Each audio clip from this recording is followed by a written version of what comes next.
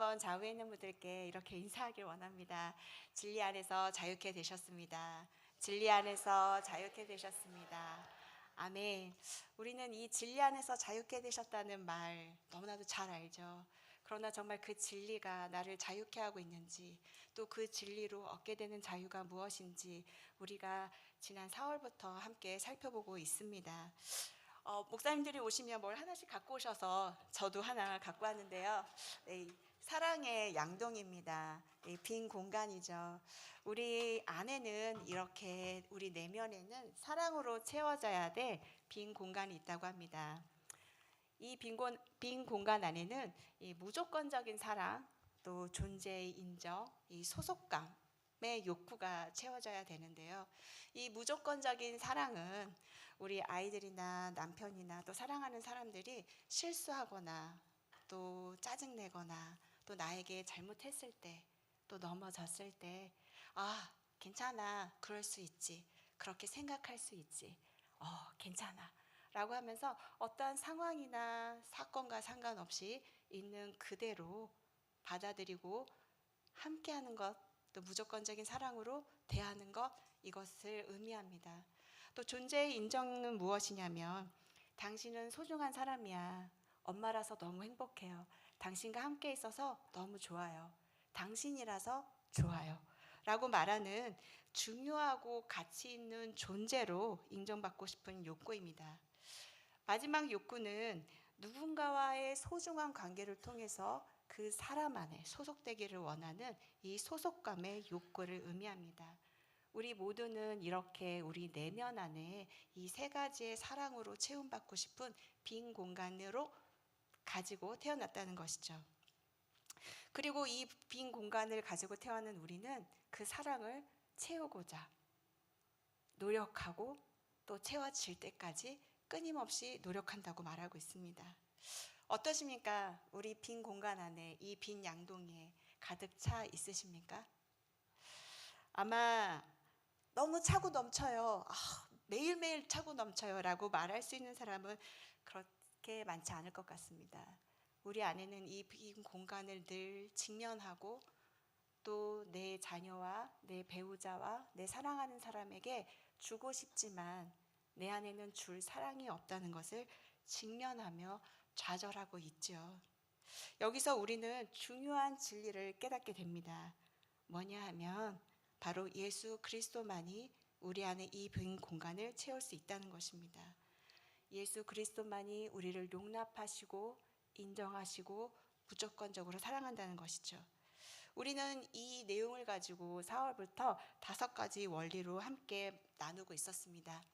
먼저 우리가 이렇게 세워질 수 있는 것은 예수님께서 나는 포도나무고 너희는 가지다.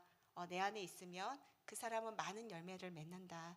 나를 떠나서는 너희가 아무것도 할 수 없다는 하나님의 약속이 있었기 때문입니다. 진리로 자유케 되는 5가지 원리를 지난 4월부터 함께 살펴보았는데요. 총 5가지 원리는 포도나무의 원리, 또 가지의 원리, 가지치기의 원리, 또 새싹의 원리, 열매의 원리로 저희가 새싹의 원리까지 함께 살펴보았습니다. 잠깐 저희가 함께 살펴보자면 포도나무의 원리는 생명입니다. 바로 생명의 원천은 예수 그리스도이시다는 것이죠. 우리는 잘려진 가지라는 것입니다. 우리는 이 빈 공간을 채우기 위해서 외모도 갖고 봤고 또 사회적으로 어떤 것들이 인정받기 위해서 또 우리가 노력도 했습니다. 또 남편이나 자녀나 또 아내를 통해서 이 사랑을 채우고자 노력했습니다. 그러나 그들은 우리를 채울 수 없다는 것을 확인했을 뿐입니다. 우리는 원래 이 양동이가 예수 그리스도의 사랑으로 충만하게 되어진 것처럼 창조되었습니다. 그러나 죄와 허물로 우리는 이 빈 양동이를 가지고 태어나게 된 것이죠. 그리고 우리는 예수님을 주와 그리스도로 믿음으로 말미암아 구원받아서 우리는 이제 잘려진 가지가 포도나무에 붙여지게 된 것입니다. 이 포도나무로부터 이제 그 생명이 흐르기 시작했습니다. 이게 바로 첫 번째 포도나무의 원리였죠. 그런데 이 붙여진 가지, 잘려진 우리 가지에 문제가 있는 것을 발견하게 됩니다. 포도나무로부터 생명이 흘러왔는데 우리 안에 이 생명이 흘러넘치지 않는다는 것을 경험하게 되는 것이죠. 왜 그럴까? 봤더니 우리 안에 잘못된 것들이 있다는 것입니다. 우리 안에 생명이 흐르는 것을 막는 것이 있었다는 것이죠. 그게 바로 육신이었습니다. 육신이 무엇입니까? 자기 만족을 추구하는 것이었죠. 내가 원하는 것을 내가 원하는 때, 내가 원하는 방법으로 얻고자 하는 것. 이 중심에는 내가가 있습니다. 자기 만족을 위해서 살아가는 것이죠. 때로는 우리가 교회 안에서 봉사하는 거, 헌신하는 거, 기도하는 거, 말씀하는 것조차도 나를 위해서 할 때가 있었다는 것입니다. 이런 우리의 육신은 하나님의 말씀에 온전한 다림줄에 받지 못하고 거절과 반항이라는 이 잘못된 다림줄을 가지고 불완전한 삶을 살아가고 있었습니다. 우리가 이것을 또 함께 봤었죠. 이 육신의 모습은 때로는 관계 속에서 거절과 마음대로 조정하려는 모습으로 나타나는데, 내가 원하는 것을 얻기 위해서 자녀나 배우자 또 함께하는 사람들에게 큰 소리로 고함을 치거나 비난하거나 과거의 잘못을 들춰내거나, 너가 그러면 엄마가 너무 힘들어져 라며 눈물을 보이며 아이들의 죄책감을 자극하거나, 때로는 드라마에서 많이 보지만 이 흰띠 머리 두르고 막 누워하면서 너가 죽니 내가 죽니 내 눈에 흙이 들어가도 안 된다 라고 하면서 이렇게 자녀들을 조종했던 그런 모습들이 우리 안에 있습니다. 이런 거절과 반항의 모습은 또 다른 거절과 반항의 악순환을 통해 내가 사랑하는 사람들을 또한 상처 주고 어려운 가운데로 이끌어가며 주님께서 주시는 생명과 기쁨을 잃게 만들었죠. 그래서 우리 하나님 아버지는 예수의 생명이 우리 안에 흘러 넘쳐 생명의 역사를 하시기 위해 하나님의 말씀과 일치하지 않는 우리의 육신을 가지치게 하십니다. 그게 바로 세 번째 가지치기의 원리이죠. 예수의 생명이 흐르는 것을 막는 육신은 어떻게 가지쳐질 수 있는가? 오직 십자가 위에서만 가능한 일이었습니다. 우리의 육신을 십자가에 못 박는다는 것은 내가 원하는 이 육신, 나의 만족을 추구하던 육신을 내가 원하는 것, 내가 원하는 때, 내가 원하는 방법으로 얻고자 했던 것들을 내려놓고 하나님의 말씀에 우리의 감정을 일치시키고, 하나님의 말씀에 우리의 생각을 일치시키고, 하나님의 말씀에 우리의 의지를 일치시켜서 바로 하나님께서 원하시는 것을 하나님께서 원하시는 때, 하나님께서 원하시는 방법으로 얻는 것을 의미합니다. 이 작업은 쉽지 않습니다. 왜냐하면 나의 육신을 대면해야 되는 일이고, 지금까지 내가 추구했던 것들을 내려놔야 되는 아주 고통스러운 작업이기 때문입니다. 그러나 우리는 이 십자가 앞에서 선택해야 합니다.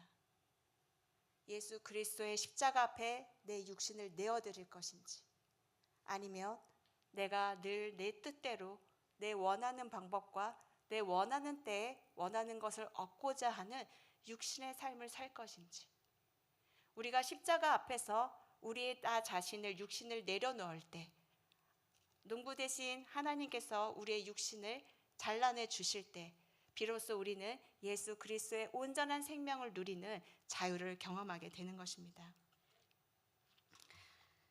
이 일은 한 번에 일어나지 않습니다. 매일 매 순간 전 영역을, 전 생애를 걸쳐서 일어나는 일입니다. 내가 한번 십자가에 못 박혔다고 내가 모든 것들을 주님의 뜻대로 할 수 없는 것을 우리는 이미 경험했습니다. 매 순간, 매일 나의 모든 생각과 감정과 의지의 전 영역, 모든 관계, 모든 삶의 영역을 주님 앞에 내어드리는 것입니다. 그럴 때 예수 그리스도의 생명이 내 안에 흘러넘쳐 무조건적인 사랑, 또 존재로서의 인정, 또 소속되는 욕구가 우리 안에 찼고 넘치게 되는 것이지요. 이 포도나무는 한 그루예요. 근데 포도송이가 무려 400송이나 달렸습니다. 네, 정말 농부가 정말 사랑으로 가지치기를 했죠. 우리는 비록 하나이지만 우리가 보는 2개, 3개의 열매가 아니라 이런 400송이나 맺혀지는 열매가 바로 우리가 십자가에서 육신을 내어 드릴 때 진정 우리의 모든 것을 아시는 하나님께서 우리에게 필요한 것들을 이렇게 아름답게 열매 맺혀주시는 것을 우리가 믿고 나아가기를 원합니다. 그 다음은 새싹의 원리입니다. 이렇게 가지쳐진 우리가 바로 예수 그리스도에게 접붙여져 있을 때 온전한 생명이 흘러 넘쳐서 이렇게 풍성한 열매를 맺혀지는 것이죠.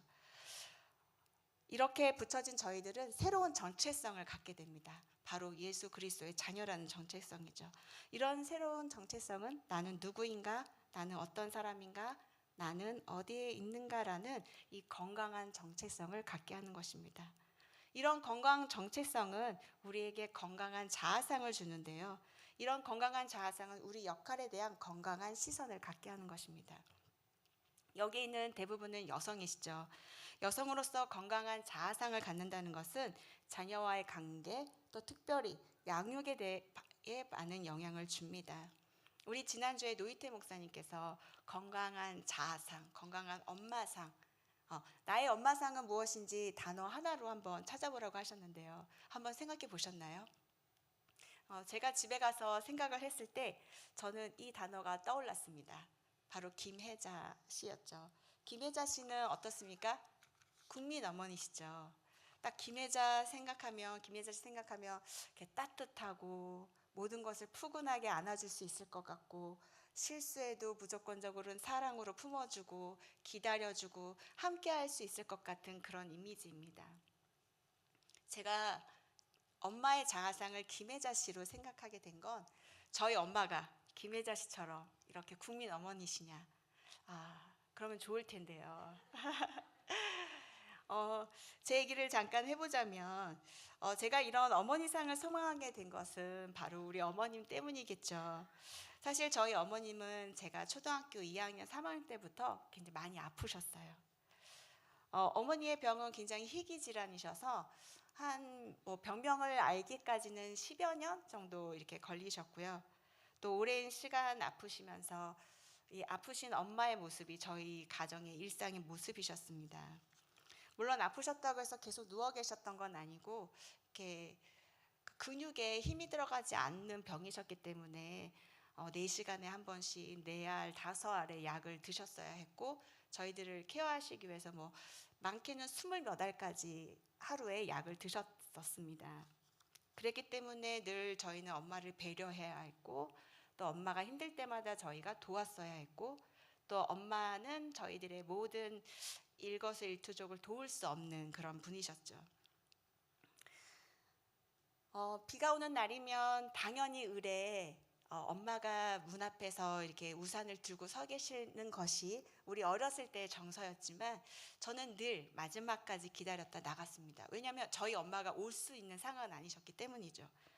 그리고 아플 때 제가 아플 때도 엄마한테 아프다고 얘기할 수가 없었어요. 왜냐하면 엄마도 엄마 몸을 케어하시는 게 너무 힘드셨기 때문이죠.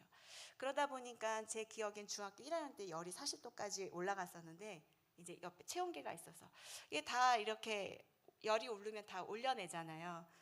그 올려내는 침대 시트를 제가 누워서 이렇게 모아서 다시 이렇게 세탁기에 넣어놨던 엄마한테는 가지 못하고 제가 혼자 이렇게 했던 이제 그런 시간들이 저의 시간들이 있었습니다. 물론 어머니가 저를 사랑하지 않았던 건 아니지만 늘 가장 필요로 하고 가장 연약할 때 도움을 받고 싶었던 그 엄마의 부재가 제가 자녀를 낳았을 때 이 김혜자 씨처럼 모든 것을 언제든지 항상 공급하고 싶은 이 엄마의 자아상이 생겼던 것이죠.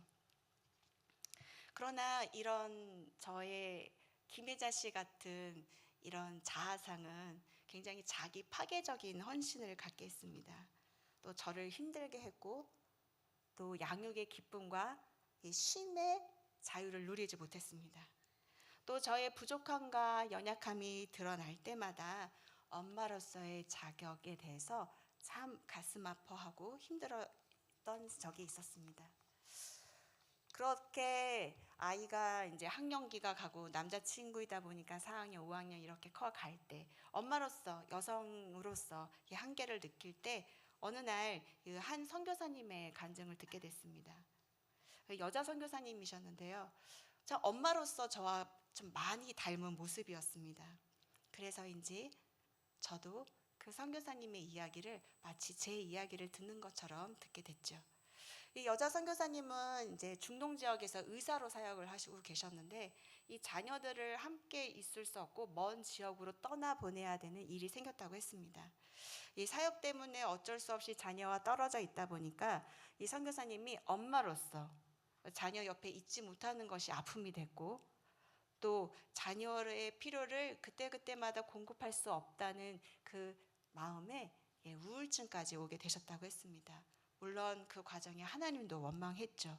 왜냐, 하나님을 위해서 사역을 하는데 내 자녀를 이렇게 떨어뜨려 놔야 된다는 것이 이 선교사님에게는 너무 힘든 일이었습니다. 그래도 선교사님이시니까 하나님 앞에 울면서 기도하던 어느 날 하나님께서 이렇게 말씀하셨다고 해요.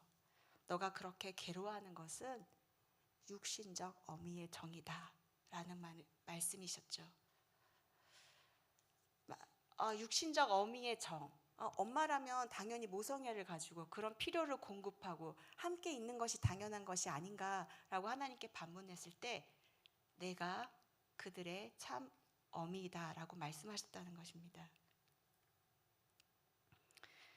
선교사님은 이 말씀을 듣고 많은 몸부림 끝에 또 주님 앞에 몸부림치며 자신의 육신의 어미의 정을 십자가에 못 박겠노라 하나님께 고백했습니다. 그리고 자신의 자녀를 참 부모이신 하나님께 내어 드리겠다라고 결단했습니다. 이 선교사님의 간증 말씀을 들을 때 그 말씀이 제 심장을 뚫는 것 같았습니다. 육신의 어미의 마음이라니요. 모성애를 주신 것도 주님 아니십니까? 가장 숭고하고 희생적인 어머니의 마음 당연한 거 아닙니까? 이렇게 하나님께 반문하며 저도 똑같이 주님 앞에 몸부림치는 시간이 있었습니다. 그리고 집에 와서 저도 이런 육신의 어미의 정을 십자가에 못 박았습니다.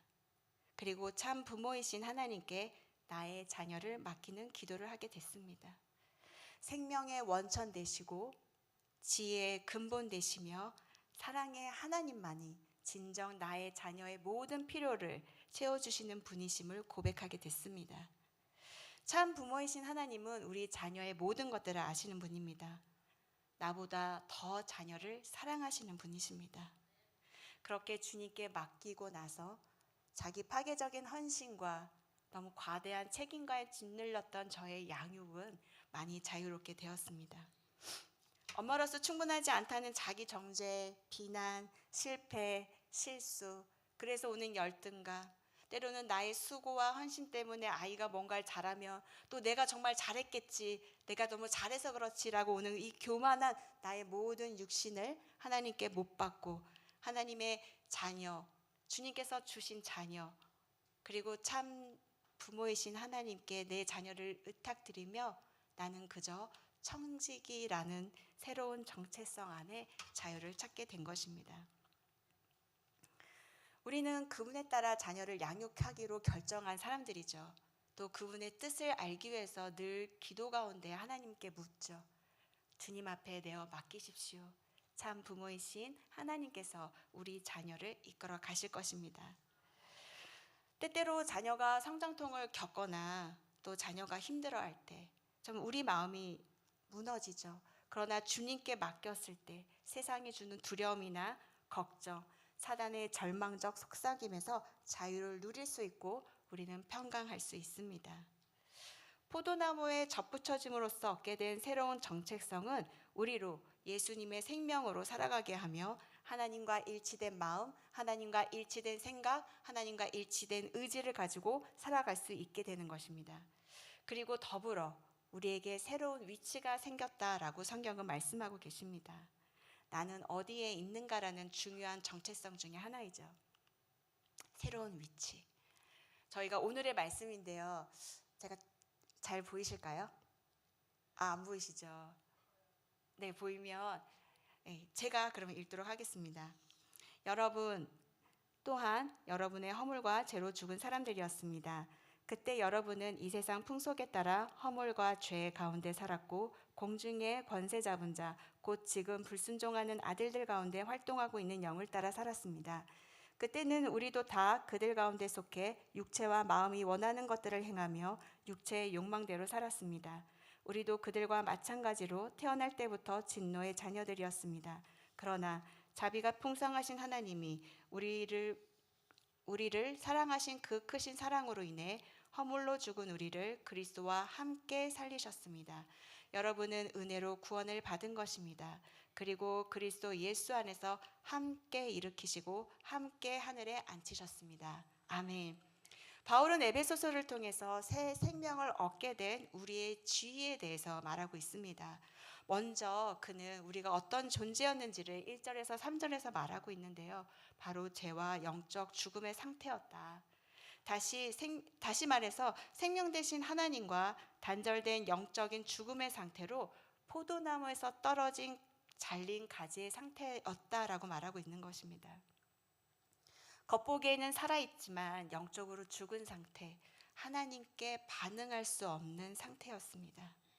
그래서 우리는 육신이 원하는 대로 나를 추구하면서 살았던 것이죠. 육신의 욕망을 따라 살았다고 말씀하시는 겁니다. 육신을 따라 살 때 우리는 온전한 자유를 누리지 못합니다. 그러나 조건 없이 베푸시는 하나님의 사랑으로 말미암아 우리는 하나님의 은혜에 새 생명을 얻게 되었다고 사도 바울이 다시 말하고 있는 것입니다. 그래서 그리스도와 함께 살아났다고 말씀하고 있습니다. 이제 포도나무에 접붙여진 가지로 예수 그리스도의 충만한 사랑을 경험하고 살고 있습니다. 특별히 5절에서 6절은 이렇게 말하고 있습니다. 하나님께서 우리에게 행하신 일이 예수 그리스도에게 행하신 일과 같다는 것이죠. 동일한 것이라고 말씀하고 계십니다.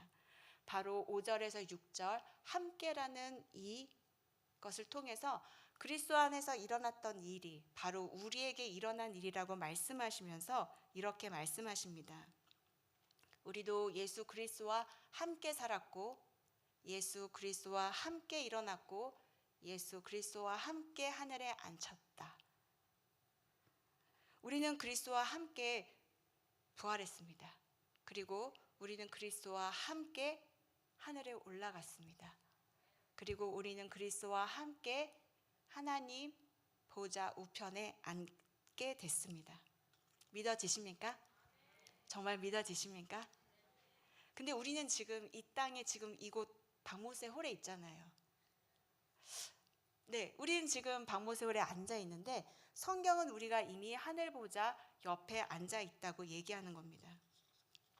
특별히 이 세 개의 동사는 헬라어로 부정과거형으로 되어 있습니다. 이 말은 무슨 말이냐면 이미 일어났고 이미 확정됐고 이미 과거에 일어난 것처럼 우리에게 일어난 일을 확정하고 있는 것이죠. 우리는 예수 그리스도를 믿음으로 구원받았음을 압니다. 그래서 이 자리에 있는 것이죠. 그래서 예배하는 것이죠. 그런데 우리가 이미 예수 그리스도와 함께 승천했다고 하는 것입니다. 그리고 예수 그리스도와 함께 하늘 보좌 옆에 앉아 있다고 말하고 있는 것입니다. 우리의 존재는 이 땅에 있지만 우리는 하나님과 함께 예수 그리스도와 함께 하늘 보좌에 앉아 있는 자로서 이 땅에 살아가고 있는 것입니다. 우리의 존재가 그런 존재, 바로 하늘 보좌 옆에 있는 존재입니다. 하늘 보좌 옆에 앉았다는 것은 이 상속자가 되었다는 얘기입니다. 우리 많이 들으셨죠? 양자된 우리, 상속자된 우리. 네, 근데 이것은 그냥 상속자가 됐구나, 양자가 됐구나가 아니라 정말 양자로서 하나님의 모든 유업을 상속받는 자가 되었다는 것입니다. 우리는 우리 어르신들은 어르신 그 예전 세대에 아들이 없어서 다른 집에서 이 양자를 이렇게 입양하는 것들을 많이 보았잖아요. 그래서 우리는 좀 양자에 대한 개념이 좀 슬프고 출생의 비밀이 있는 것 같고 이렇게 안타까운 마음으로 해서 우리가 양자되었다는 이 기쁨이 사실은 크지 않는데요. 이 로마 시대의 양자는 우리나라의 양자와는 좀 다르다고 합니다.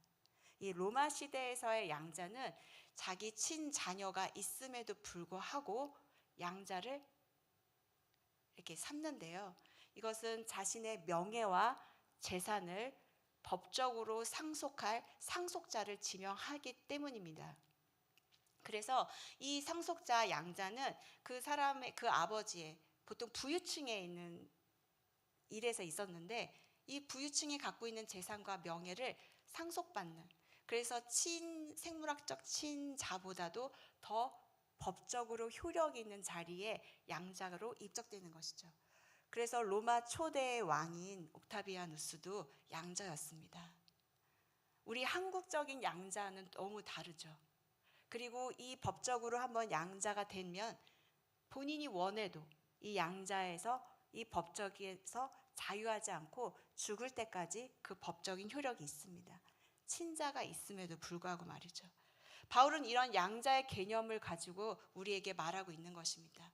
우리가 갖게 된 그 양자의 정체성, 양자의 권리, 그 상속자의 그 위대한 위치에 대해서 바울은 이 로마 시대의 그 양자의 개념으로 우리에게 설명하고 있는 것입니다.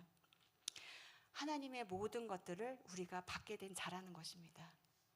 예수 그리스도로 인하여 예수 그리스도에게 접붙임 바 된 우리가, 죽을 수밖에 없는 우리가 그냥 예수 그리스도를 믿음으로써 예수 그리스도의 생명을 우리 안에 넘칠 때 우리가 회복되는 것을 뛰어넘어서 하늘의 그 놀랍고 풍성한 은혜와 사랑과 능력과 지혜가 우리의 것이다 라고 사도 바울은 말하고 있습니다. 근데 제가 보니까 우리 표정이 다 그렇게 신나진 않은 것 같아요. 만약에 누군가가 나타나서 100억짜리 증표를 주면 저희 이 자리에 있지 않을 것 같은데요. 네, 그거보다도 훨씬 더 높고 위대하고, 사실 우리가 그 크기와 너비를 사실 알아가는 중이기 때문이겠죠. 때로는 우리의 현실이 과연 내가 양자인가? 정말 하나님의 사랑을 받는 자인가? 라고 의구심을 들게 만듭니다.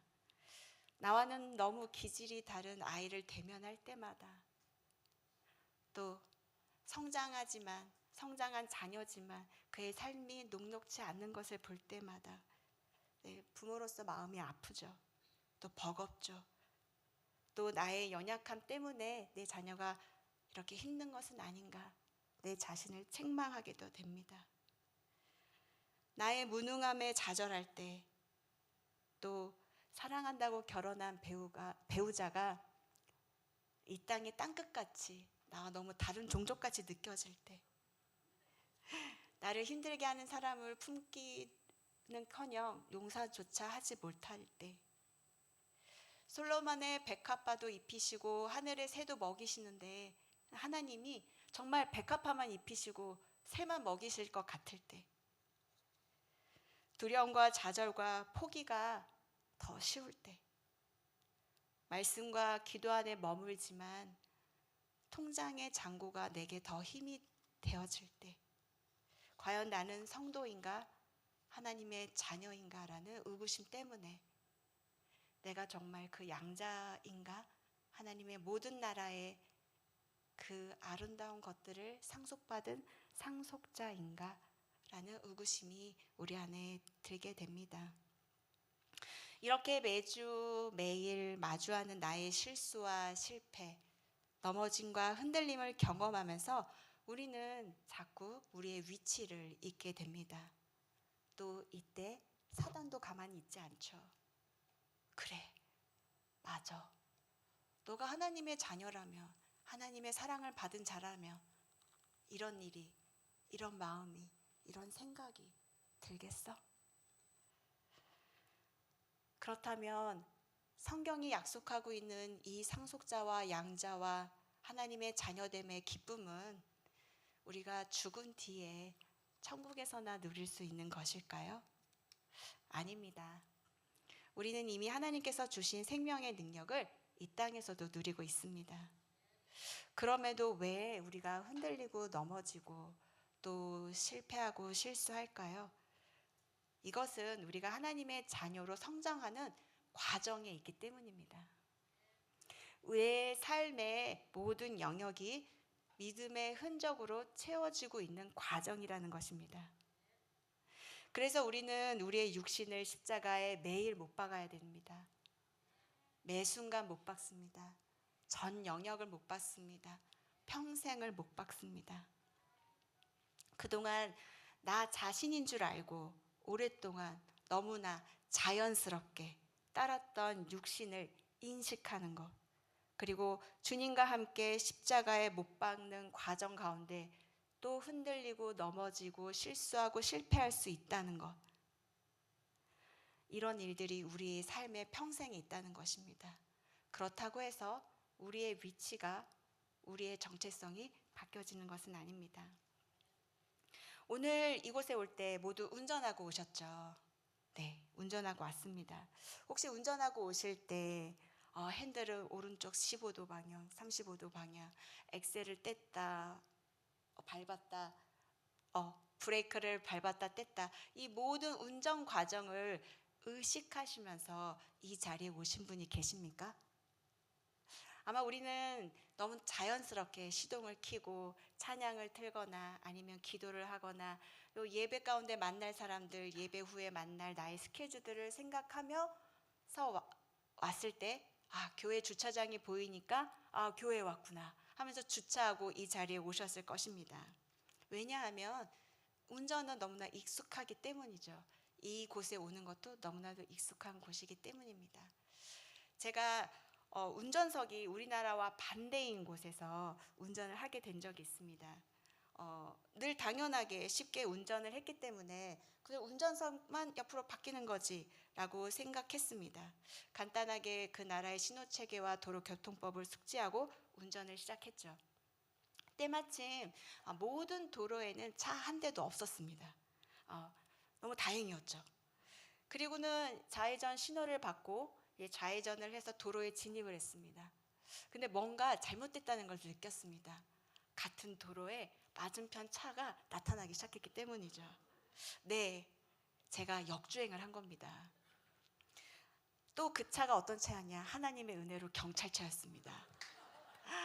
네, 경찰의 지시에 따라 옆으로 차를 주차하고 알아들을 수 없는 그 화난 이야기를 들으며 저는 평생 처음으로 경찰서에 연행을 됐습니다. 경찰은 제 운전면허증을 취소하고 새로 취득하라고 했지만 그 나라 법규상 이미 발급된 운전면허증은 취소될 수 없었습니다. 그래서 내려진 대안은 제가 전문 운전자를 동승하고 10시간 운전 연수를 받는 것이었습니다. 방향에 미숙한 저에게 저의 운전을 도와줄 전문 운전자와 10시간이라는 연습을 통해서 제가 그 운전을 익숙하게 해주신 것이죠. 우리도 이와 같이 육신으로 사는 삶 너무나도 익숙합니다. 더 자연스럽습니다. 생각하거나 결단할 필요가 없습니다. 내가 나를 위해서 나의 방법대로 나의 때에 해야지 결단하고 한 적이 없습니다. 그러나 포도나무에 접붙여져 예수 생명으로 사는 가지로서의 삶, 육신의 방향을 거스르고 십자가에 못 박아 육신을 죽이는 삶은 매 순간 의식해야 되는 삶입니다. 저절로 되는 것이면 좋겠죠. 자고 일어났더니 다 육신이 못 박혀서 죽었으면 좋겠죠. 그런 일은 안타깝지만 주님께서 저희들에게 허락하지 않으십니다. 왜냐하면 육신을 죽이는 삶의 그 모든 과정을 통해서 하나님께서는 당신을 우리에게 계시하고 계시기 때문입니다. 제 운전면허증이 취소될 수 없었던 것처럼 우리의 위치는, 우리의 정체성은 이제 취소되지 않습니다. 그리고 이 일에는 우리 혼자 하지 않습니다. 누가 계십니까? 바로 성령 하나님께서 우리의 안에 운전자로 와 계십니다. 또 힘도 주십니다. 또 지혜도 주십니다. 돕는 자도 주십니다. 함께 기도하고 함께 나아갈 동역자들 공동체를 주십니다. 그래서 우리는 예배를 드리는 거고 순모임을 하는 거고 또 그들과 함께 나와 함께 육신의 못박을 그들을 돕기 위해 사역을 하고 있는 것이죠. 그렇게 해서 한 번, 또 한 번, 또 한 번 육신이 십자가에 못 박고 예수 그리스도의 생명으로 자유를 얻은 경험은 그 다음 승리의 발판이 되는 것입니다. 이 일은 처음에는 정말 고통스럽고 죽을 것만 같습니다. 나 자신을 전부 부인해야 되는 것처럼 느껴집니다. 나 자신이 사라지는 것처럼 느껴집니다. 그러나 나 자신이 사라지는 것이 아니라 죄된 본성이 사라지는 것이고 진정한 나를 찾아가는 과정인 것입니다. 그렇게 예수 생명의 능력을 경험하며 우리의 사랑의 양동이는 가득 채워져 넘쳐 흐르게 됩니다.